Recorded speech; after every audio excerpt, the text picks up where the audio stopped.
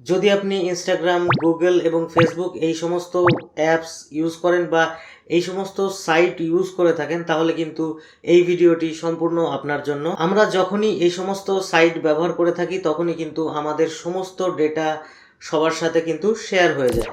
So আমাদের ডেটাগুলি share হওয়া থেকে বাঁচতে আমাদের কি কি করতে হবে বা কি কি পদ্ধতিতে আমাদের যে ডেটাগুলো শেয়ার হয়ে গেছে সেই সমস্ত কোম্পানি থেকে আমাদের যে ডেটাগুলো শেয়ার হয়ে গেছে সেই সমস্ত কোম্পানি থেকে আমাদের ডেটাগুলোকে আমরা রিমুভ করব কিভাবে, সেটি এই ভিডিওর মধ্যে দেখবেন।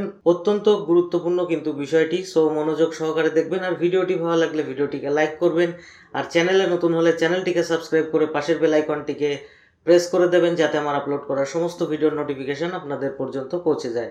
সো ফ্রেন্ডস, চলুন টাইম ওয়েস্ট না করে ভিডিওটি স্টার্ট করা যাক।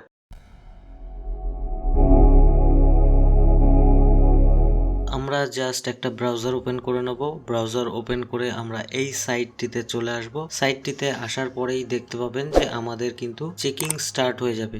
আমাদের যে ডেটাগুলো আছে সেই ডেটাগুলি কোন কোন কোম্পানির কাছে আছে সমস্ত কিছু অ্যানালাইজ করে কিন্তু এখানে একটি রিপোর্ট জেনারেট করে দেবে আমাদের কাছে। স্ট্যাটাস, এখানে কিন্তু আমাদের চেকিং কমপ্লিট। তো বাঁ দিকে রয়েছে কোম্পানিগুলোর নাম, রয়েছে কোন কোন কোম্পানিতে রয়েছে, প্রচুর কিন্তু কোম্পানির আমাদের ডেটাগুলো রয়েছে।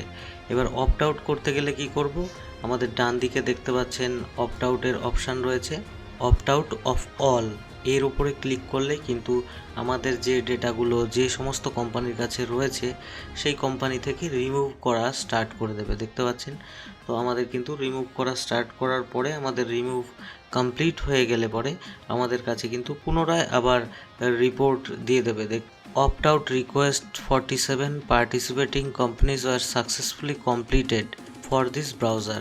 ঠিক আছে, মানে 47টা পার্টিসিপেটিং কোম্পানি থেকে কিন্তু অলরেডি আমার যে ডেটাগুলো ছিল সেগুলো ডিলিট করে দেওয়া হয়ে গেছে, মানে অপ্ট আউট হয়ে গেছে। আর বাদ বাকি যেগুলো রয়েছে সেগুলো ভিউ আপডেট রেজাল্ট, এগুলো কি রয়েছে, এগুলো টেম্পোরারি আনঅ্যাভেলেবেল দেখাচ্ছে, মানে যে কোম্পানিগুলোর কাছে আছে সেই কোম্পানিগুলো আনঅ্যাভেলেবেল রয়েছে, সেই জন্য কিন্তু অপ্ট আউটও হবে না। এইভাবে কিন্তু আমাদের যে ডেটাগুলো রয়েছে সেই ডেটাগুলো আমরা অপ্ট আউট করতে পারি।